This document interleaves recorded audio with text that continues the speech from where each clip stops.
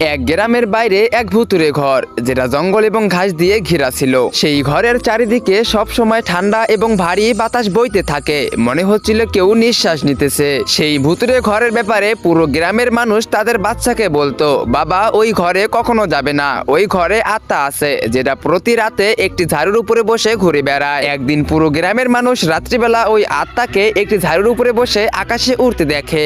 যেমনি তার লম্বা লম্বা চুল, লাল লাল চোখ, আর দেখতে এমন ভয়ঙ্কর চেহারা যে কেউ দেখলে বলবে সামনে আমাদের মৃত্যু দাঁড়িয়ে আছে। যখন সে আকাশে উড়তে থাকে তখন অনেক জোরে বাতাস বইতে থাকে, বড় বড় গাছের ডাল এমনি ভেঙে পড়ে, আর যার উপরে নজর পড়ে তাকে সে তার সঙ্গে করে নিয়ে চলে যায়। কিন্তু একদিন গ্রামের দুই বাহাদুর ছেলে অনেক সাহস করে সেই ভুতুরে ঘরের ভিতরে ঢুকে পড়ে, আর তারা দুইজনে বলতে থাকে আসলে কি আছে এই ঘরের ভিতরে, আর এই ঘরের রহস্যটাই বা কি, আজকে আমাদেরকে দেখতেই হবে। তখনই তাদের নজর পড়ে এক সাইডে এক পুরনো ঝাড়ুর উপরে। তখনই একজন দৌড়ে গিয়ে সেই ঝাড়ুকে ছুঁয়ে দেয়। তখনই পুরো ঘর কাঁপতে শুরু করে, আর ওইখানে একটি আত্মা চলে আসে, আর সে বলতে থাকে যে আমার ঝাড়ুকে ছুঁইবে তার জীবন আমার। তখনই পুরো ঘর ধোঁয়া দিয়ে ভরে যায়, আর এইসব দেখে একজন অনেক বেশি ভয় পেয়ে পালিয়ে চলে আসে, আর একজন সেই আত্মার হাতে বন্দী হয়ে যায়। তারপর সে দৌড়ে গ্রামবাসীদের কাছে চলে আসে আর তাদের সবকিছুই খুলে বলে, আর এই সব শুনতে গ্রামবাসী অনেক বেশি অবাক হয়ে যায় আর ভয় পেয়ে যায়। তারপর গ্রামবাসীরা বলে ও আবার ফিরে এসেছে, এবার ও আমাদের সবাইকে মেরে ফেলবে,